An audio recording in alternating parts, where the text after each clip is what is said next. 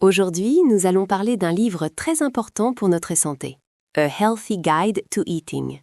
Ce livre n'est pas simplement un guide alimentaire, c'est une invitation à changer notre façon de voir la nourriture et notre relation avec ce que nous mangeons chaque jour.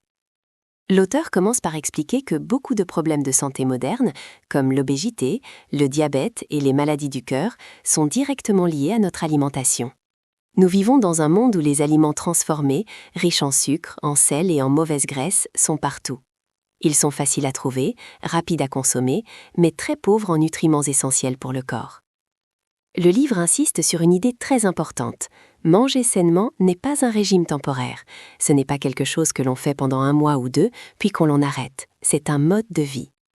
Les régimes rapides promettent souvent des résultats spectaculaires, mais en réalité, ils peuvent être dangereux. Ils fatiguent le corps, ralentissent le métabolisme et provoquent souvent une reprise de poids encore plus grande.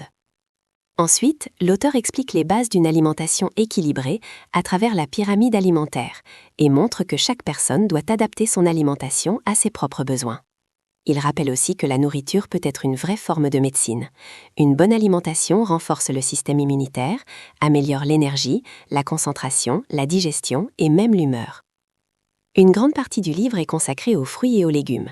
Ils sont riches en vitamines, en fibres et en antioxydants, et ils jouent un rôle essentiel dans la prévention des maladies. Ils aident aussi à contrôler le poids et à garder un corps en bonne santé. Le livre parle également des protéines et explique pourquoi il vaut mieux choisir des sources plus saines, comme le poisson, le poulet ou les légumineuses, et limiter la consommation de viande rouge et d'aliments industriels. L'auteur critique fortement les aliments transformés. Il montre qu'ils sont conçus pour être très attractifs, mais qu'ils apportent peu de bénéfices réels pour la santé. Au contraire, ils augmentent le risque de nombreuses maladies chroniques et créent de mauvaises habitudes alimentaires difficiles à changer. Enfin, le livre met en avant l'importance de la planification des repas. Planifier ses repas permet de mieux contrôler ce que l'on mange, d'éviter les choix impulsifs et malsains et de construire progressivement de meilleures habitudes. Le message final du livre est simple mais puissant. Notre santé dépend en grande partie de nos choix quotidiens, et même de petits changements dans notre alimentation peuvent transformer notre vie sur le long terme.